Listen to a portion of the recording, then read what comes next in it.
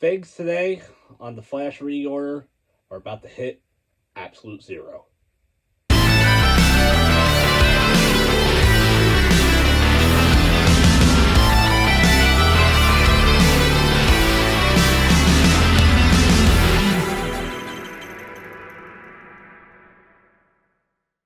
Welcome back. So today this is episode 6, and we are going to focus on the run written by Geoff Johns, who is personally my all-time favorite writer, and this is probably one of my favorite runs on the character, and my personal favorite run on Wally West. So let's crack open volume 1 and check this out. Alright, so we got a very nice interior here. It's a picture of Wally. Here's the spine. Here's the back.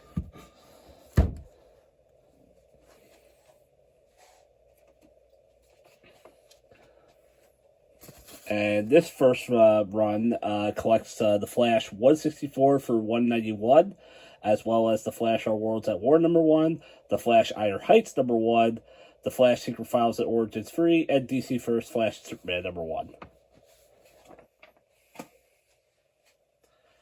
So this actually started like right off the heels of like Mark Waid. This came out right after Mark Waid was finished.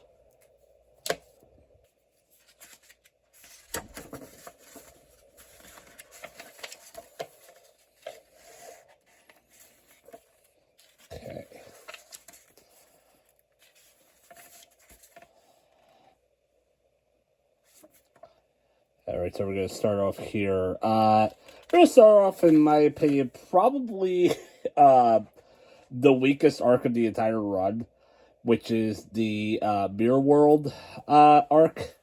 So, just to basically sum up real quick, Wally is somehow in this alternate mirror dimension. Take a guess of who's responsible for it. It is, of course, Mirror Master, but it's not fully on Mirror Master. Someone else took over some of his technology.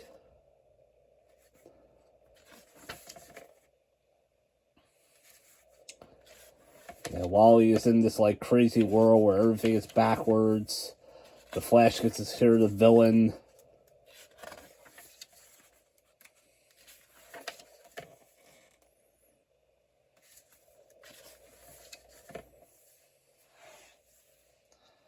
And Captain Cold shows up in here as well.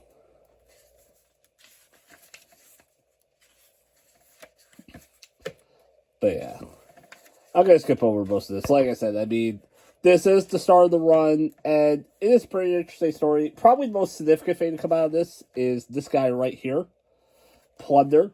He is a new rogue that we will see who actually comes directly from this mirror world and actually escapes it when we go back to the normal world, and he will become a bit of a bit player throughout this run.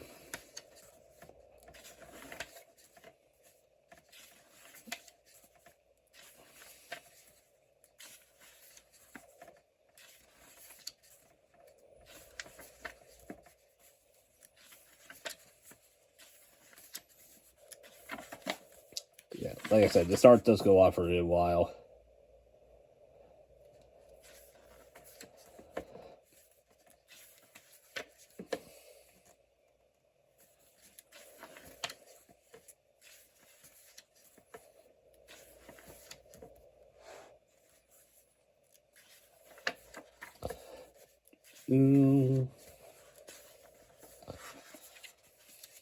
Okay, I think we're finally at the end of it. Okay, yeah. So everything works out. Wally eventually gets home. He's reunited with Linda, his newly bride at this point. They of course just got married at the end of the last run. But of course, as Wally gets married, oh look, it's his ex-girlfriend Magenta, aka Frankie Kane. Also, what's cool about this is that this is actually now kind of almost, I would say this is kind of like the official start of his run now, because the first arc, the Mirror arc, was kind of meant to basically just be a filler arc until they could find another writer. But the story did well enough and sales did well to the point where DC just decided to keep Johns on. And this is where I think Johns was able to, like, I think this is when Johns basically had, like, the cuffs off, so to speak. You know, this is him off the leash now. And we got this new artist, Scott Collins, who does beautiful artwork throughout this entire hobby. The album's actually, the whole run is actually two halves between the two artists. Like, you have Scott Collins for the first half, and later on the second half, we'll see Howard Porter's art.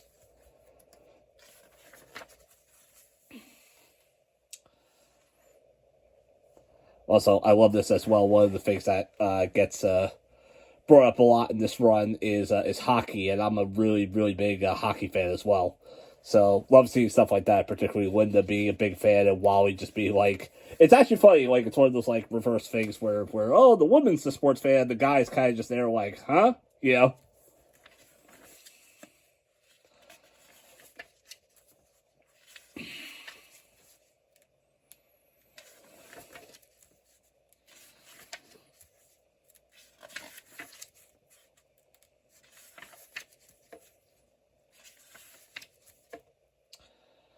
Okay, and then this next story here is kind of a big deal because this will be the debut of a new villain. There's actually going to be a whole lot of new villains throughout this run that you're going to see. This is a new start for the Flash. We're in the 2000s now. This is like 2001. We're in a whole new world here.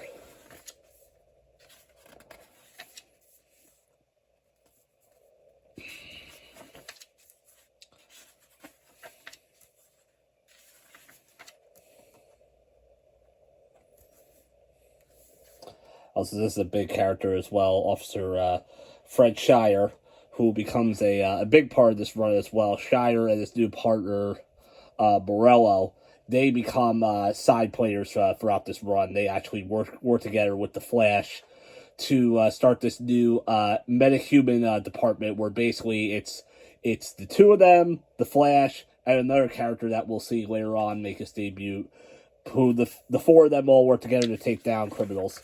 The thing I can say that's very interesting about this run is I feel like this run really reads a lot, almost like a season of television in a way. Like, it's almost like between the two Omnis, it almost feels like it's like two seasons of television, where this is season 1, and then you go into like book 2, where you'll see things really take a turn, and it almost feels like it's like a season 2.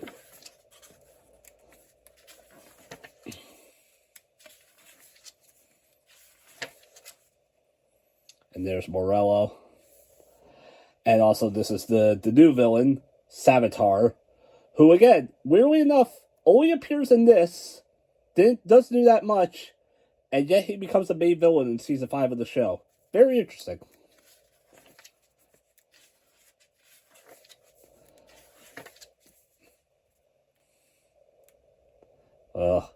Hate to have an angry ex-girlfriend like that.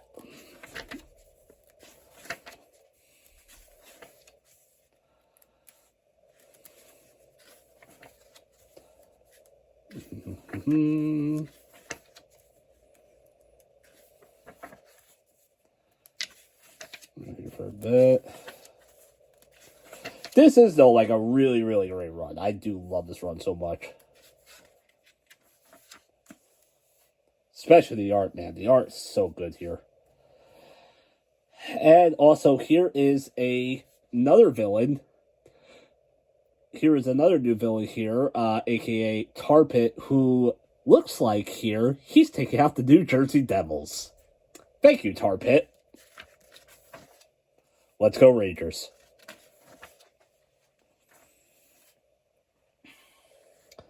Here's our old buddy Captain Cold here as well. He actually ends up going to the game as well. He actually takes a well, let's just say he had to pay for his date.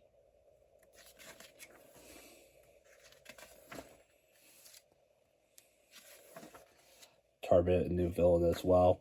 And now this becomes a new big story that happens here at one point.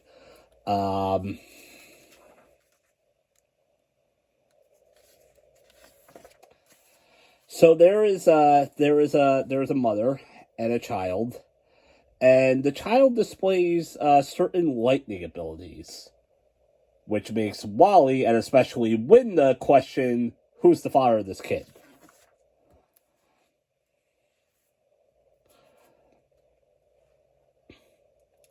The mother sadly was murdered. She was a former cop. She was someone that Wally did date for a bit. So another reason too why a lot of people think this could possibly be Wally's possibly the father of this child.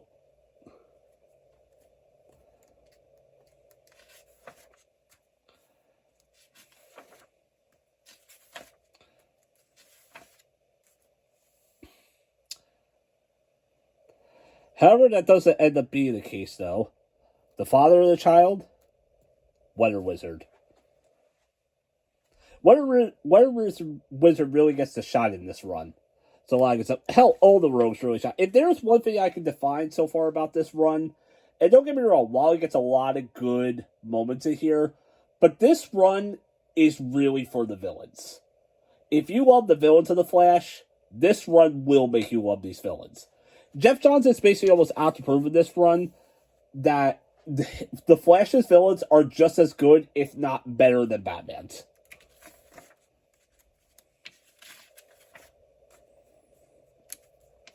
Like, everyone always says the best Rose Gallery are Batman and Spider-Man, and I feel like the Flash's villains should be right up there with them.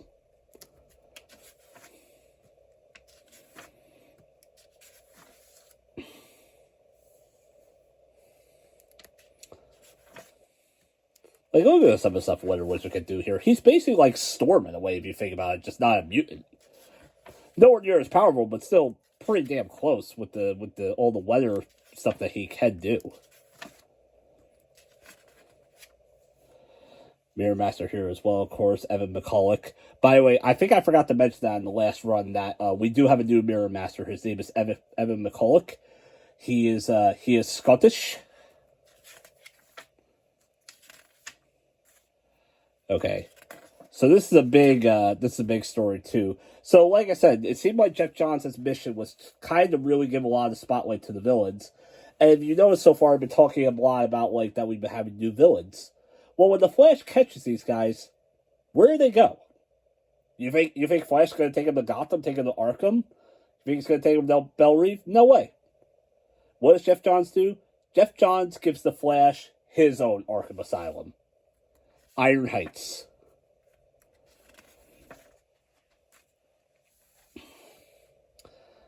Where a lot of new villains debut in this special alone, including the sick, psychopathic Murmur, who, ironically enough, his original case, a witness in that trial, Barry Allen.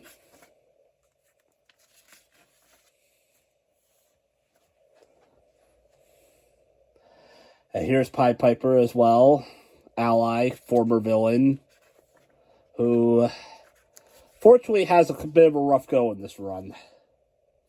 And does some stuff that, admittedly, I'm not a fan of what Johns did here, but Johns does fix it in the end, so I kind of forgive him for it.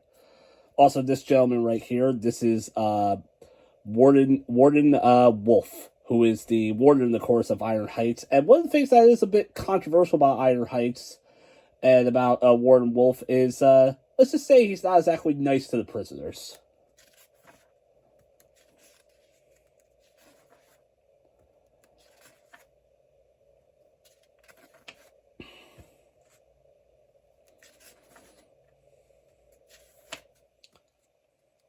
That's Cicada.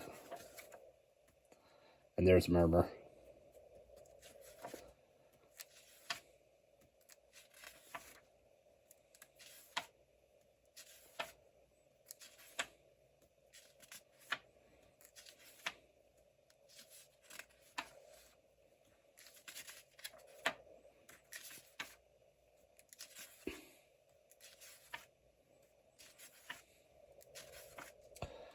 Cyborg. He's here.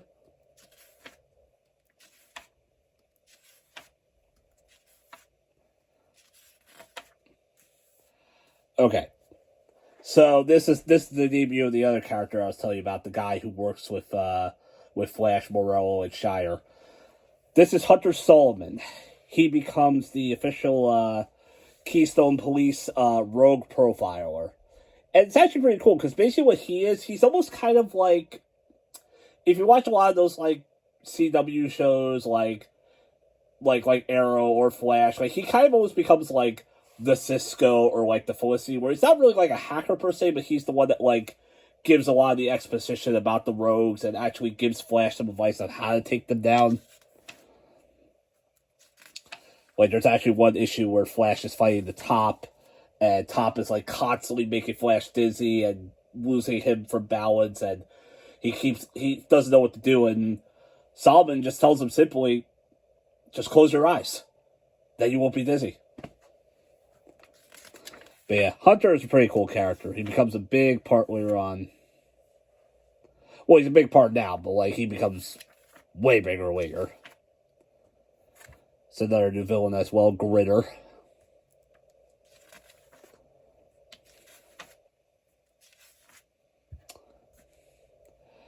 As well, we have the return of an old villain, the Faker, which I'm sure a lot of you are probably thinking, well, did you say in the last story, Brian, that the last run, the Grant Morrison's run, that the Faker died of cancer? Yes, he did. However, his mind, his conscience ended up going to a computer. So, yeah, so the Faker is back in a different way. He's basically like almost like a Brainiac type character now. And look who's back! The Chunk.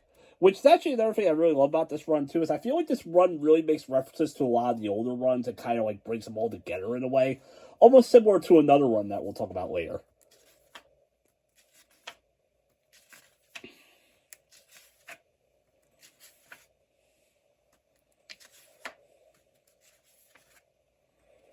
Gra's back as well, and there's Plunder from the Mirror World. Again, look at this art, man. I love this art so much. The blood coming out of his mouth, so sick. Scott Collins does fantastic art here. Along with Johns' fantastic writing. Oh, Piper. Alright, let's get into you real quick. So basically at one point what happens is Piper's parents ends up getting murdered. Hartley's parents end up getting murdered. And it looks like it's the Piper who ends up doing it, and he confesses that he does do it.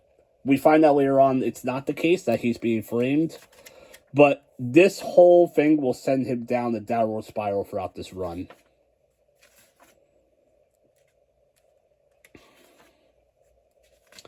And of course, Wally does want to help.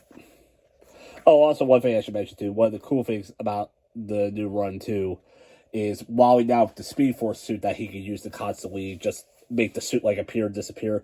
One of the things that they do, and actually what's cool that they talked about is, I guess Johns is kind of on my side when it comes to the whole white eyes thing. He wasn't really a fan of the white eyes look.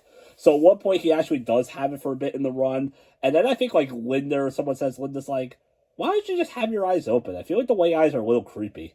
So he literally makes the costume make the white eyes disappear and has it where it shows like his pupils again. And he'll be like that for the rest of the run. And also one thing that this run does have too is it actually reveals Wally to have green eyes, which is pretty cool because later on in certain runs where we're going to see Wally and another speedster together to tell them apart, you can see their eye color.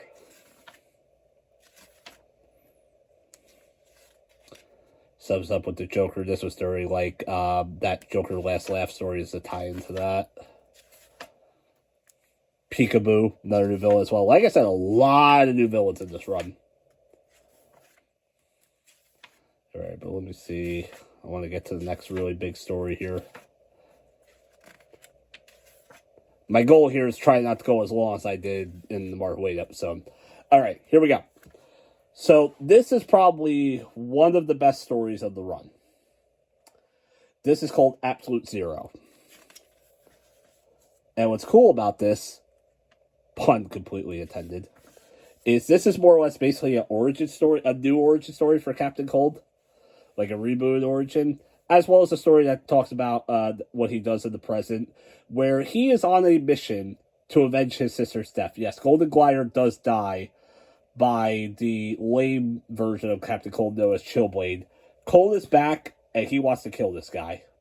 So as this mission is coming to take down Chillblade, we get to learn more of his backstory. And one thing that's cool about this run as well is we actually get this for a lot of the rogues. This becomes like a regular thing in this run where every like few issues or so we'll get these like rogue stories that like center around one of them, and we'll get like a story going on in the present while we also come back to the past and give more of a story and more of a background for these guys.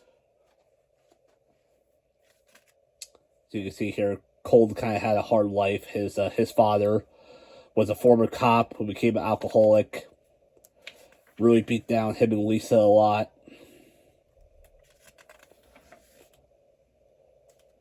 Their only savior being their grandfather, who ended up taking care of them for a bit before he died. And then eventually Cold left. Cold left, went out on his own, and decided to become a criminal. And you also get to see how he ends up developing the Cold gun. And more or less, what's cool about this too is that this is him also taking down some of the mob in Central City, along with Chillblade.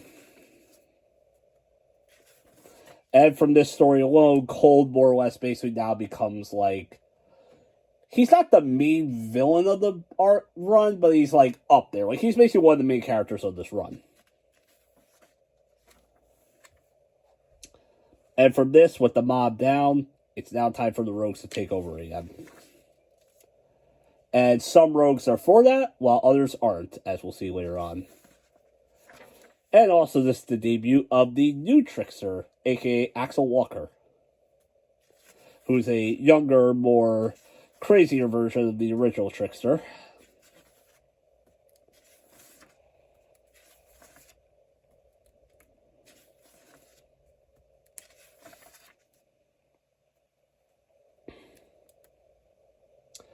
Oh, this is another thing that happens too. We find out that character Plunder, his actual identity is the Mirrorverse version of Morello, who at one point ends up killing the original Morello, but Morello at one point gets affected by this knife from Savitar, and from that knife and from that wound, he's able to like heal all wounds and is not able to die, including a bullet to the head.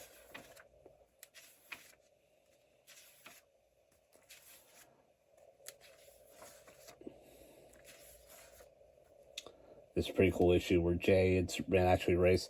So, like, at this point now, Superman has now raced at least all three of the main Flashes. He's raced Jay, he raced Barry plenty of times, and he's raced Wally a few times. And he actually will race Wally at some point in this run again.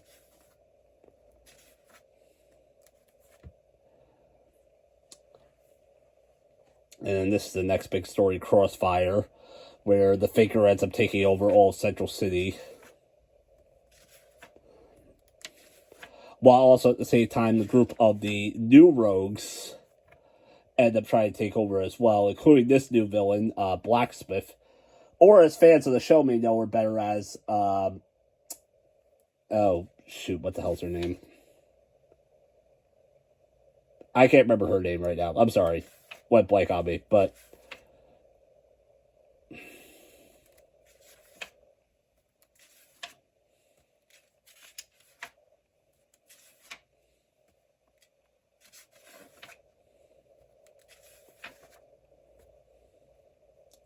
something Black.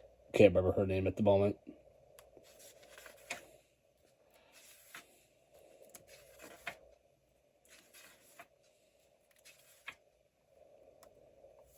I'm thinking...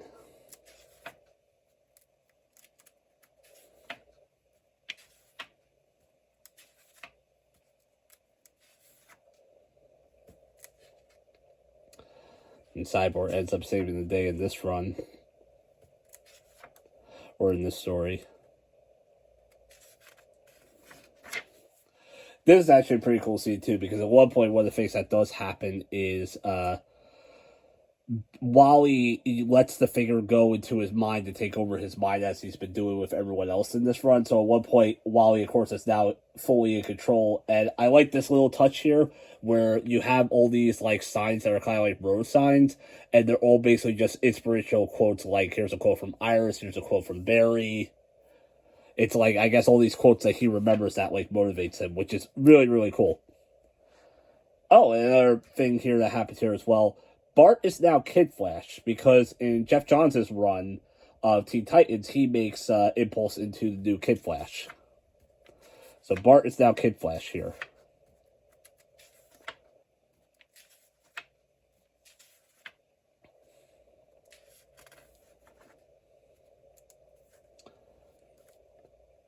Gritter gets, like, ripped up at one point by Magenta. Which I love this, too. I love that even it shows that, like, you have all the rogues and Gritter's is like, X, because he's like, yeah, he's out. He comes back later, but he's out of this story, basically.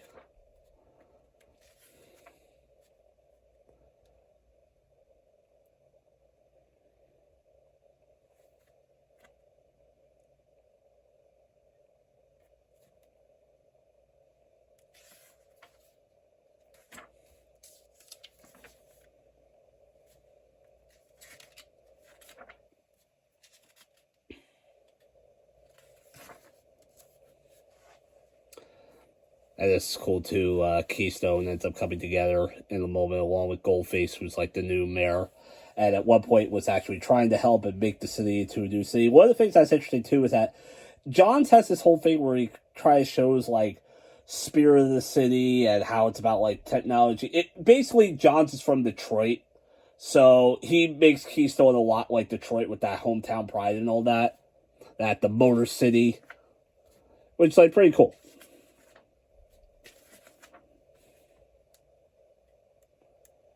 Amulet Black. That's her name. Amulet Black. That was her name. Blacksmith. I knew I remember it. And this cool moment here. The reuniting of the cities, the Twin Cities, now Keystone and Central City together across the one bridge. Yeah, that's right. Superman's got Metropolis. Batman's got Gotham. Flash has two cities. He has Keystone and Central City.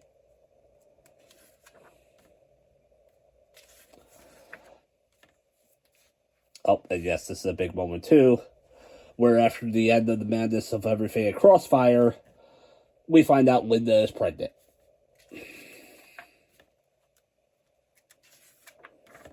Big moment for them. Wally West is going to become a dad. Iris is back here as well.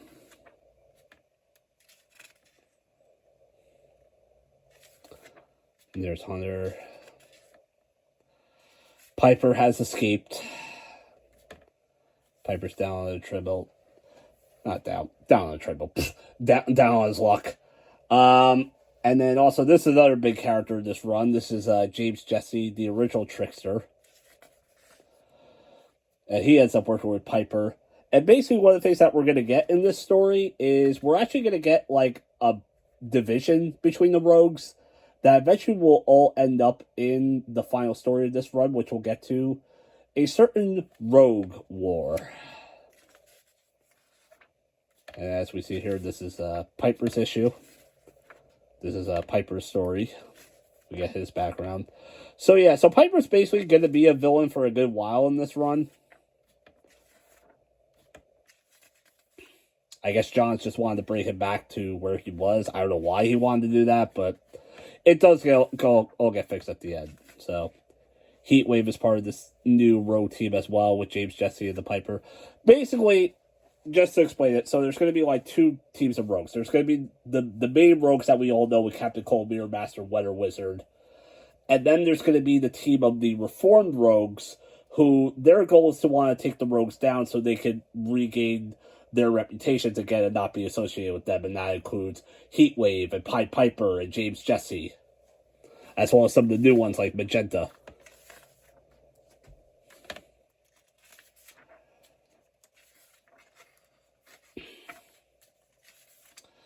Alright, but that's going to conclude book 1.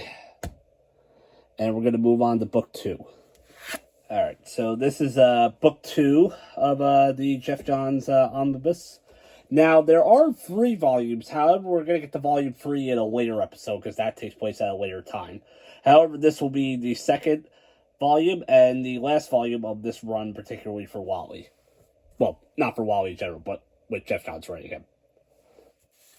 So here's the front. Beautiful artwork by Michael Turner, who does a lot of the covers around this time. Spine. And the back. And this collects the Flash 192 for $225, as well as Wonder Woman 214. Yes, we're going to get a little bit of a crossover with Wonder Woman. And plus bonus content from The Flash, The Secret of Barry Allen. Ooh, what's that about? We're going to find out. Let's crack this open. So like I was saying before, it basically is like 2 different halves with this run. This is the second half. So Scott Collins will do this first and kind of last story. Like, remember how I was saying that it kind of feels like you're like reading like 2 shows of television? This first story is basically kind of considered to be, I would almost consider this to be like the season 1 finale before we go into season 2. So there is some stuff that happens here. Grodd pulls a whole riot at Iron Heights and ends up breaking out all the villains.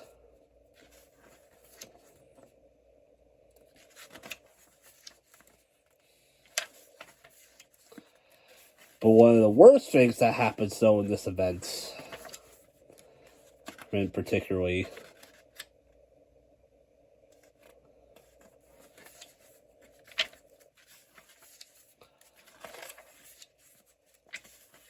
just finding it here.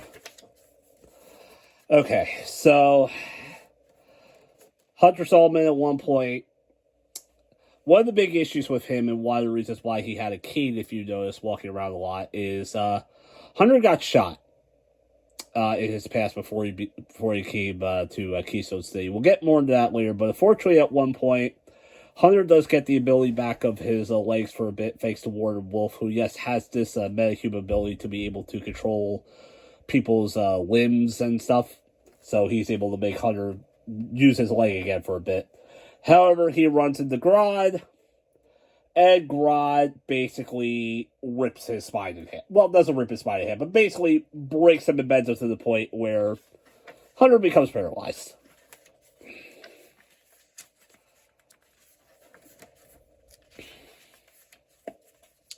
So from all this, of course, like, Wally wants to get revenge. He wants to take down Grodd, which eventually he does. This is also him dealing with the top, as well as some of the other rogues.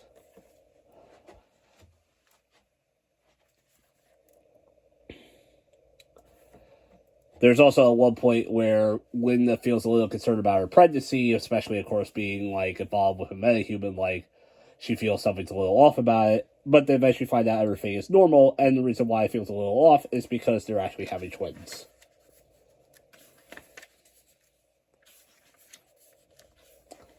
Issue with Pikachu with this weird art that I don't like for the most part. However, there is one important thing that does happen in this story. Okay, so at one moment, Hunter, who is paralyzed, basically, his whole backstory is Hunter at one point, his father was a serial killer. His father ended up being a serial killer, and at one point he ends up killing his mother. So from that, Hunter moves out on his own. He becomes like a foster child, until eventually he goes to college and meets a woman named Ashley, who he ends up falling in love with, and becomes great friends and almost like a second father with her father, his father-in-law. They end up becoming cops together. At one point, they try to take down this villain, known as the Clown, who actually, yes, he's actually the same Clown from the Carrie Bates run. Again, John's bringing old stuff back, which I love. At one point, one of the things that happens is they go to break in. They go to like try to like take down Clown, and Hunter assures himself that he believes that the Clown will not have a gun. So him and his father do go in. The Clown does have a gun. The Clown ends up shooting Hunter in the leg and kills Ashley's father.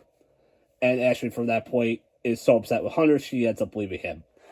So later on, what happens here is Hunter basically asks Wally if he can use the cosmic treadmill to go back in time and reset that moment. Remember this. Important. And also, if you're a fan of The Flash, this might seem familiar to you.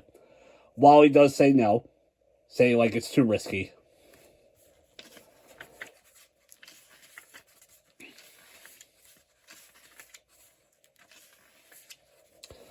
Hunter decides to ignore him. He ends up using the cosmic treadmill. It ends up going wrong.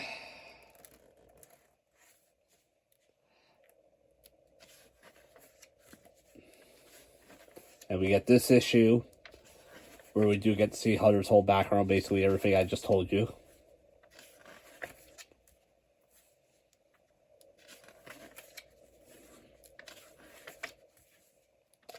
Probably one of the best issues. This is the moment here where the clown shoots him. But at one point he does wake up and he realizes, like, wait a minute. He can move again. He's not paralyzed. But he knows something is off. Everyone is frozen around him. And then that's when he realizes the effects of the cosmic treadmill has sent him to another point in time where he is still within our timeline, but he's on a different part of it. So he can move and adjust time differently compared to us. And from that, he decides to become Zoom.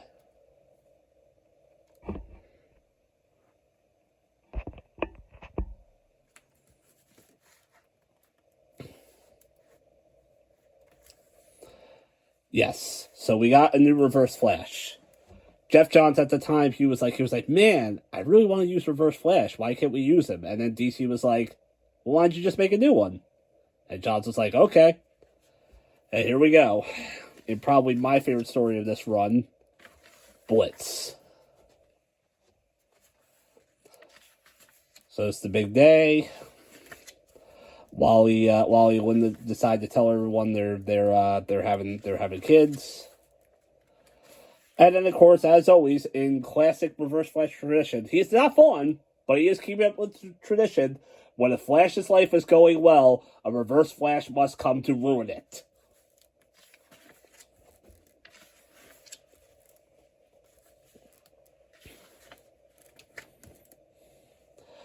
So yeah, so it is interesting that Zoom can vibrate differently. He's not powered by the Speed Force, but he can move just as quickly as them because, again, he has more control of, like, time. And one of the things that's interesting, too, in the way that Johns writes it is he writes his dialogue where everything's kind of stretched out, where he's kind of almost like a broken record, where he's talking slow and then, like, fast, where it'll be like, where he'll say something like Linda, surrounded of the Flash.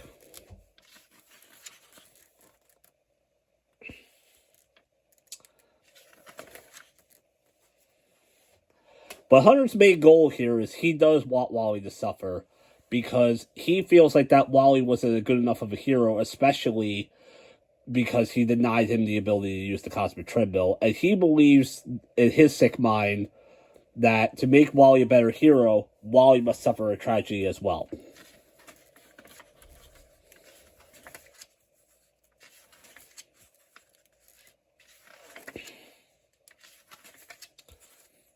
And that tragedy is in a sonic boom, a snap of a finger. No, Hunter does not wipe out half the universe, but he does something just as devastating. It says Linda flying across the room. Linda hits the ground hard. She's rushed to the hospital, of course. Wally and Zoom fight. Wally eventually reveals that it is Hunter. And also because he could see ahead of time, he knows exactly what is going to happen here. Listen, Wally. The doctors have just told her she had a miscarriage. Your unborn twins are dead. Do you understand? They are dead. Let me tell you one more secret. Records I found. Tests done. You were going to have a baby girl.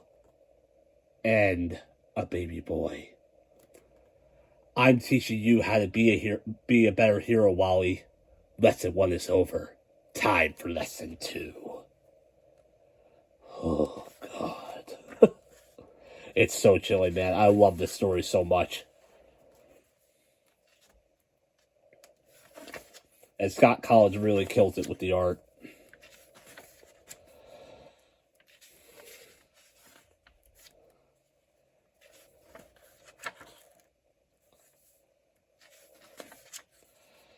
Eventually, what does happen, though, is at one point, because of Hunter constantly running, all these other flashes of, like, different times are, like, appearing throughout the city.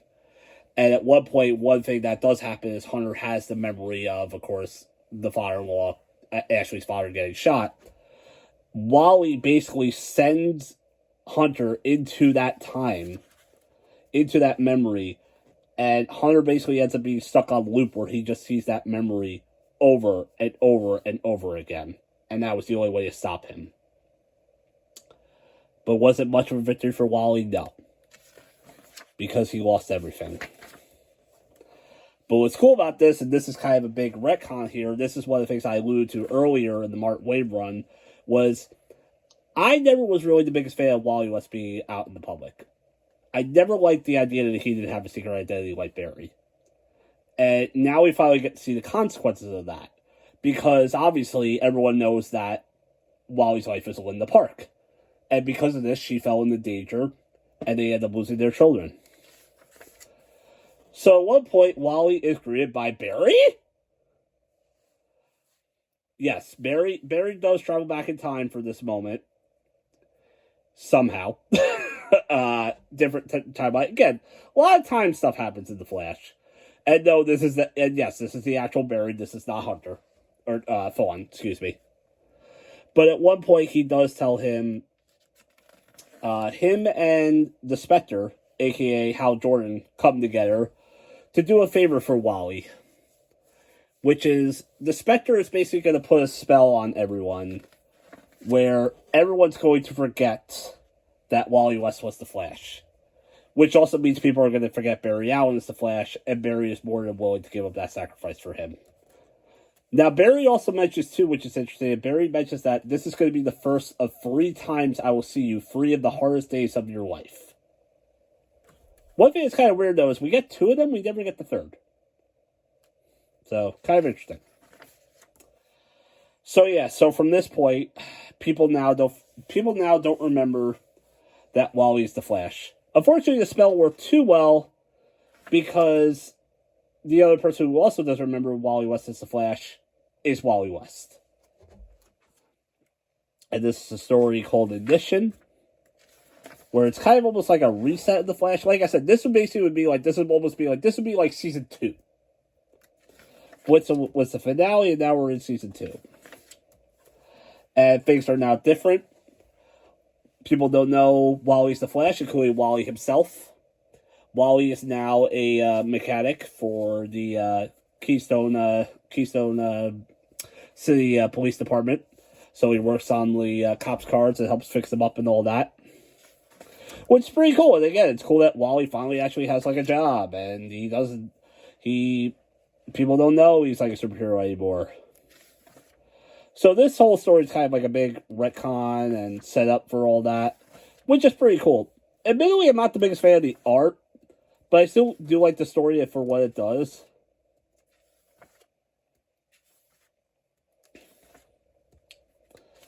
Eventually, though, Wally does remember he is the Flash. Because at one point he ends up being struck by lightning. And also a certain someone hands him a ring, which reveals the suit.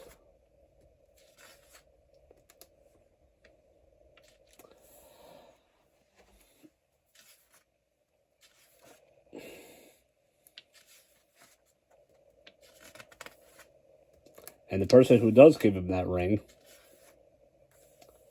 Oh, before I talk about that, one thing that's cool about this story, too, we actually bring back Mr. Element.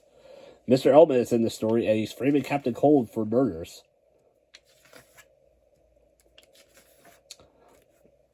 Cold, of course, is here to, like, prove his innocence, even though he really doesn't give a damn. But he's still annoyed that someone's stealing his gimmick. And we probably get one of the coolest moments ever where we get to see the Flash and Captain Cold standing on a hockey rink.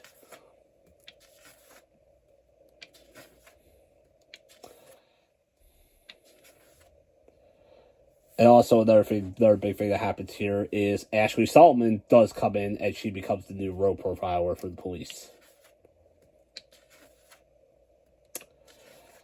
And we do get the reveal of who gave Wally that flash ring. And it was Batman.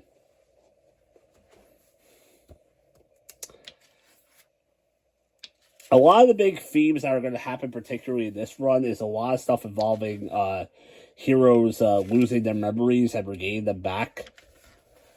At one point, one of the things that Wally does end up doing is to make certain people remember, not everyone, of course, but certain people like Linda and other members of like the Justice League, is that he reveals his identity, and it makes people instantly remember, like, oh yeah, you are the Flash and all that. So it's not like a complete huge retcon. Like, things could still be fixed with it.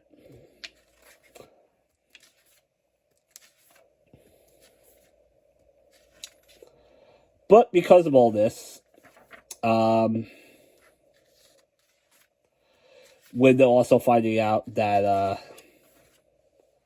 that her husband is the Flash after her hating the Flash for the longest time because of her losing their children. Once she finds out that actually is her husband, Linda regaining all these memories, she's just like, I need a break. Wally, I'm leaving for a bit. I'm going to be out of the book for a bit. So Linda's out of the book for a good while.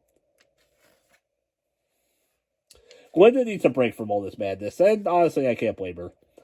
And now also, this is where we get the debut of the new artist, Howard Porter, who is fantastic, and he will come back and do a lot of great stuff in another Flash run later, but this stuff here is fantastic as well. So we're brewing up for more stuff for the build-up for the Rogue War, which is the grand finale.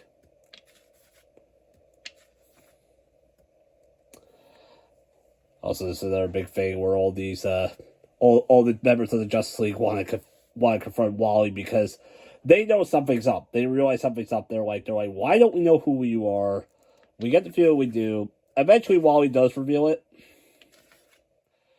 And probably an issue that I kind of like, but kind of hate too, look, I love Wally, but there are times where he could be an annoying bitch, and this is one of those issues. Literally, the entire issue is basically the whole Justice League is just like, can you reveal who you are and tell us what's going on? And Wally's whole thing is, where's Linda? I have to find Linda. Linda, I need Linda. We have to get our marriage back together. Blah, blah, blah, blah. I'm ignoring everyone. I don't want to do this right now. And literally the entire issue is Flash running and Superman chasing him. And they have, like, their own race, in a way. And Clark eventually does figure out what's going on. That's like, look, I get this about a woman and all that, but can you, like, just stop whining for 2 seconds and just let us in? And Wally eventually does. Clark regains all of his memories, and then the two of them end up working together and talk about it for a bit. And the thing that annoys me is that the whole issue is basically like, I understand that it's like, you gotta tell a story, but it's like, this whole thing could have been resolved in 2 seconds if Wally just took a minute and be like, yeah, this is what's going on. Then I'll focus on Linda.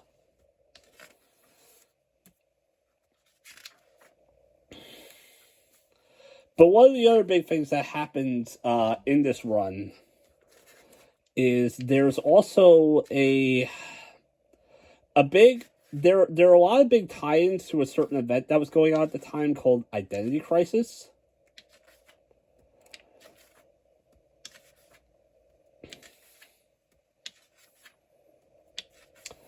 So it's a pretty cool issue where Nightwing and Flash team up. But anyway, yeah. So there's a big DC story that was going on around this time called Identity Crisis. And the Flash plays a kind of a big part in it. Where a lot of tie-ins in this run are built up here. Just going over this quick. This is the Mirror Master story. The Mirror Master one-shot. Mirror Master does cocaine? Oh my god!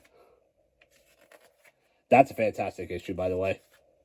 Mirror, mirror on the wall. Definitely check that out.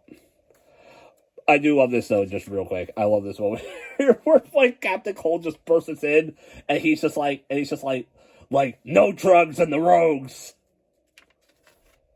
Flush your drugs!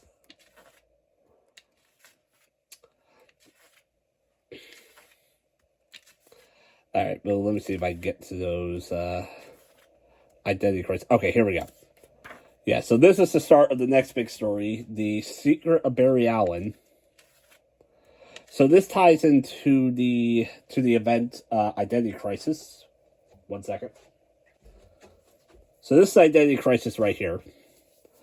I'm not going to go too much into the story itself, but this run does play a big part into it. So as far as reorder goes, it's up to you whether you want to read Identity Crisis in between this, or personally what I probably would do is I probably would read Identity Crisis first before going into The Secret of Barry Allen, because I feel you would get better context of what's going on. So I would say read Identity Crisis, then go into The Secret of Barry Allen.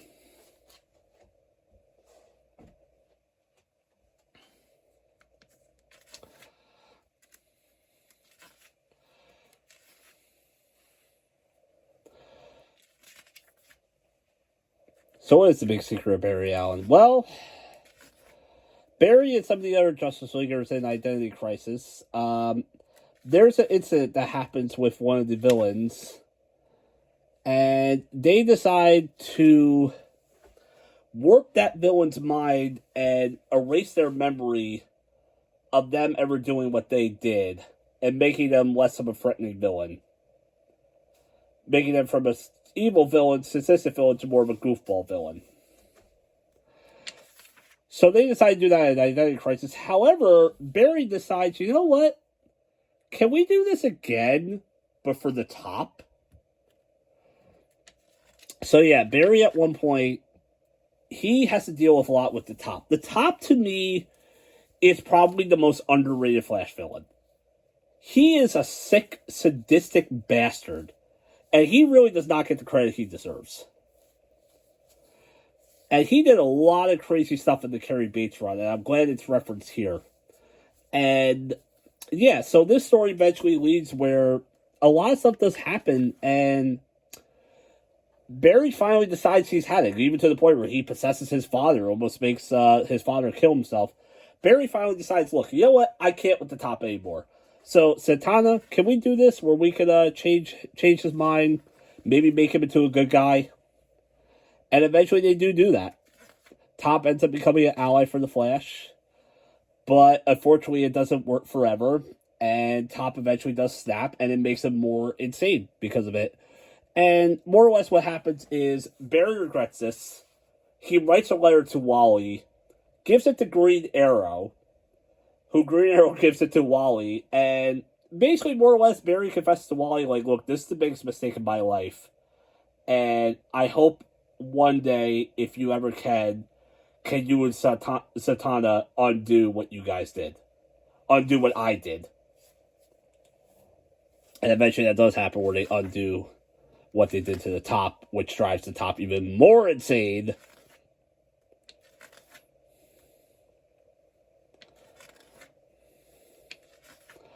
But it is a really cool story. Also, just want to go back real quick.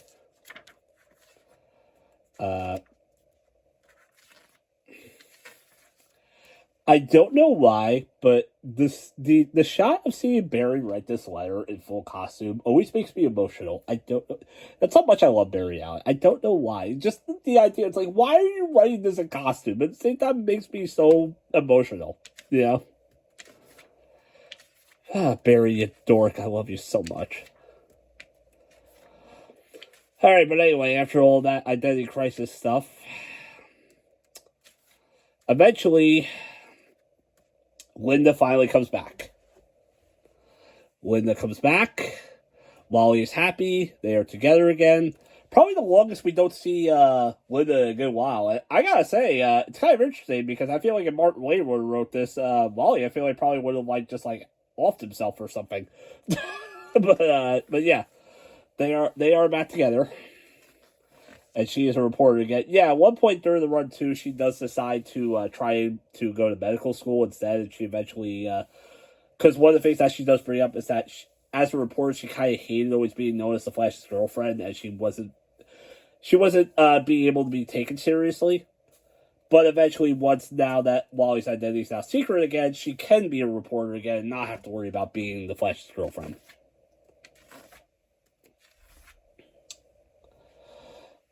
But anyway, more full out of Identity Crisis, because another thing that happens in Identity Crisis, again, won't get too much into it, but we do lose a rogue.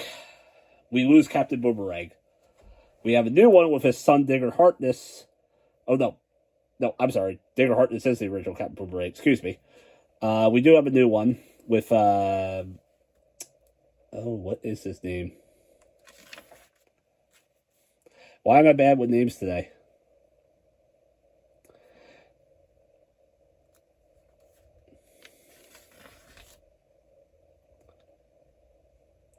Point is, he's Captain Boomerang's son.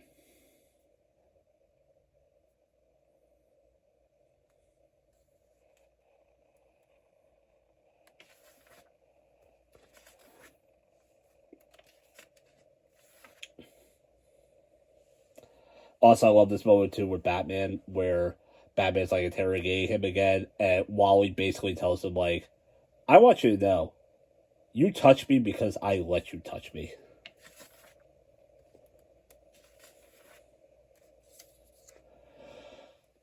And also, one of the sick things going on here is that, yes, Boomerang is dead, but the other rogues, aka the good rogues, are taking his body and trying to get research from his brain to figure out all the rogue secrets and all the stuff that he knew about the older rogues, so the new rogues can end up taking them down. You know, the good guys, the good rogues, the rogues that work for the government.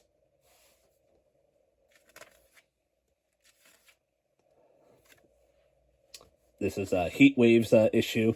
Pretty good issue as well. You get more of his backstory.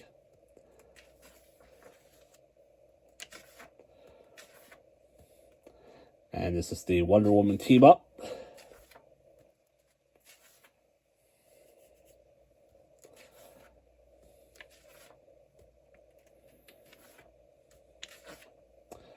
Yeah, one of the things that's cool about this team up is actually Flash and Wonder Woman having team up against Cheetah and Zoom. Yes, Cheetah breaks Zoom out of Iron Heights.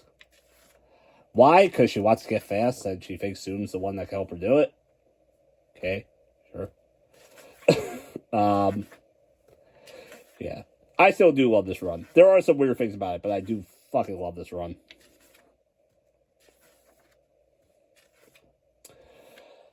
Alright, but here we go. This is the grand finale, Rogue War. Where it's basically the rogues versus the rogues. In this big final battle.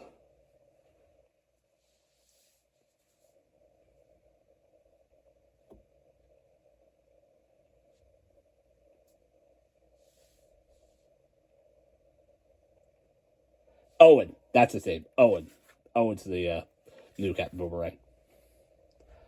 Also, more hockey. Yay!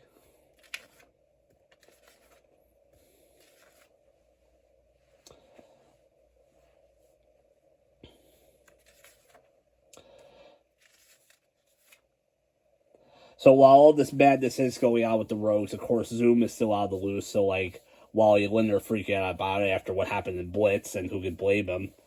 Of course, Zoom now definitely has a new plan, and one thing that he wants to do to, again, still keep his goal of making Wally a better hero by suffering through tragedy.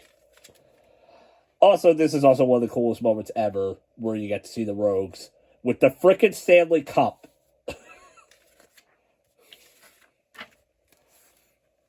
This is a big confrontation. The new rogues, or not the old rogues versus the reformed rogues. How many times have I said rogues in this video?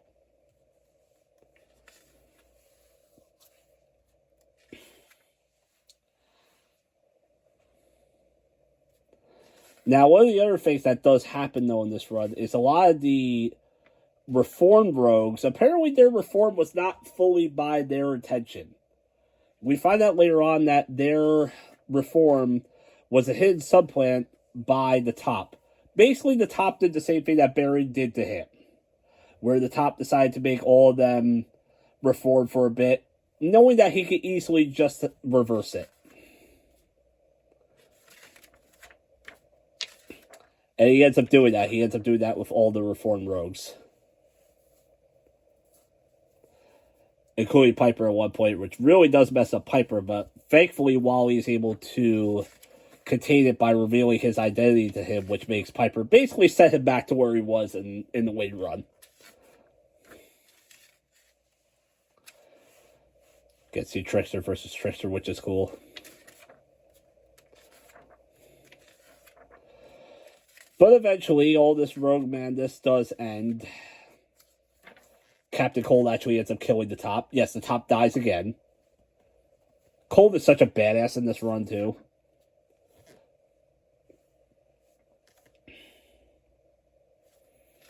And here comes Hunter to take down the rest of the rogues. And it's actually kind of cool, because he more or less, he hates the rogues. He does hate them. And it's actually hilarious, because at one point, he basically says, it's almost like he's like breaking the fourth wall in a way, because if you notice, I've been talking a lot about the rogues and not so much about the Flash. Because this really has focused more on them. But Hunter at one point, he basically more or less says, alright, this story's no longer about the rogues. It's back to being about the Flash.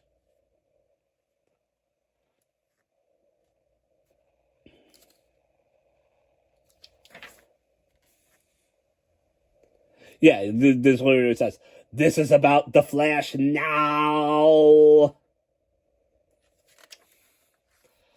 So at one point, though, Hunter does reveal his plan, because at one point you do see he ends up kidnapping Jay. What does he need Jay for?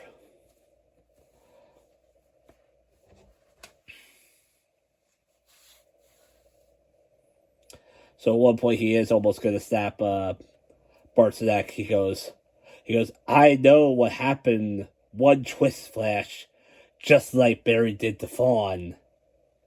And all of a sudden he goes, speaking of the devil, says it very quickly, like, speaking of it, because that's how he is. He talks either slow or he talks super fast. And you see Jay come out of this purple fog. And then you hear the voice, thank you for the invite, Mr. Solomon. The professor is here. Fawn is back. At least for these 2 issues. Yep. Hunter pulled Fawn out of a period of the timeline to get him to team up. So yeah, so basically, it's the Flash versus 2 Reverse Flashes. And, of course, Flash and Kid Flash. God help us all. Eventually, though, they do reveal their plan. Hunter needs Fawn to basically control the cosmic treadmill, because Hunter can't control himself. And what is Hunter's big plan? Where does Hunter want to go with the cosmic treadmill? He wants to take it back to the scene of the crime. He wants to take it back to Blitz. He wants Wally to reveal the moment of Linda's miscarriage over and over and over again. Though, of course, at one moment, our hero's getting tortured. Things don't look great. Wally's suffering. And then all of a sudden, you hear the words, hey, Professor! I've been looking for you everywhere. It's Barry! Actually, I gotta say, one thing, too, that I like that I just noticed is, I like that in Rogue War, all the first pages are like these, like, close-up shots of a certain character. It's just them, like, talking in the text boxes.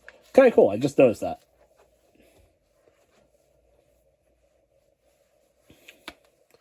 But yeah, Barry's back. Barry is basically from the point in time that that Hunter was taken. So, or that Fawn was taken. So Barry followed the time trail and found them here. So yes, now it's Flash and Flash versus Zoom and Hunter. Also, one thing I do find hilarious too is I like that, like, the actual now Barry even does notice about Wally changing the belt, like a nice reference to the Return of Barry Allen story where Hunter says that. Or Hunter, I'm sorry, Vaughn. But also at one point what's going on with all this time traveling, something happens to Linda. Linda, she's crunching her stomach, she's coughing up blood. We don't know what's going on. Meanwhile, back in the past, the 2 Flashes are still teaming up with their villains. At one point, I love this moment here. where Barry basically cuts the bullshit. He goes, look. He goes, Barry, about the future. Let's worry about our relative present. We're both anomalies here along with them. The best thing we could do is remove everyone from the situation. Trust me, it'll all work out. Just push yourself when you need to. Wally goes, what is that? And Barry goes, now I'll get the professor out of your way. Take care of yourself, Wally. And Barry just does that. He grabs Fawn, gets him back, and takes him right back to the exact moment where he snaps his neck.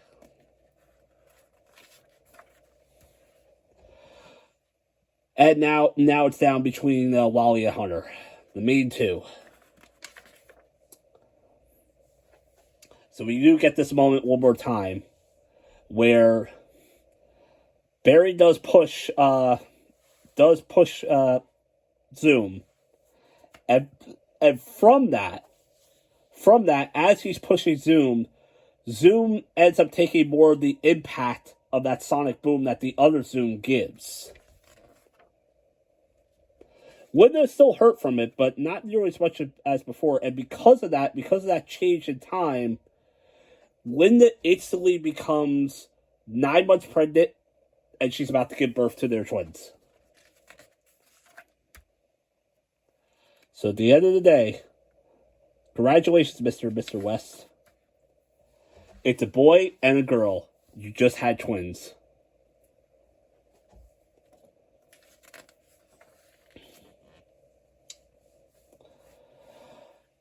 So things work out for the most part. The rogues end up taking down the other rogues. At least until the reverse flashes get involved. Wally and Linda are happy with their children. And that ends Geoff Johns' run on the Flash. So where does the Flash go from here? I'll give you a little bit of a preview and I'll show you right now. This is the Infinite Crisis Omnibus. Why are we talking about Infinite Crisis? Because we're going to see something that happens here where we get to see Wally disappear for a bit. Let's open up this bad boy. Okay, so before Identity Crisis, though, there are a few issues of the Flash that are like before this, after Johns. I'll get into those a little bit next time, because I almost kind of consider those to be like filler in a way, so I'll get into those in the next episode. But anyway, this is the big moment here that happens in Infinite Crisis, where at one point, the Flashes are trying to take down Superboy Prime. Superboy Prime is a big time villain. He is a big nemesis, and at one point, the Speed Force is going awry because the Free Speedsters are trying to push Superboy Prime into it. There's even one moment where Wally does try to say goodbye to Linda, because basically he knows that he's going to sacrifice himself. He's going to die. Linda says, absolutely not. Wherever you're going, me and your children are going as well. And they end up disappearing. And it's down to Bart and Superboy Prime. And at one point, he ends up getting some help. You're not alone either. Grandpa? Barry comes back into the Speed Force, which basically now indicates that, yes, Barry Allen is still technically alive, but he's in the Speed Force. We'll get back more into that later. But yes, that is what ends up happening to Wally. Wally at one point ends up disappearing to the Speed Force with Linda and the family. So Wally's going to be gone for a bit. However, we're going to get a new Flash, and we'll talk about him next time. And, of course, as always, like and subscribe to the Ombuds Cafe, join the Facebook group, subscribe to the YouTube, and we will talk to you guys later. See you in part 7.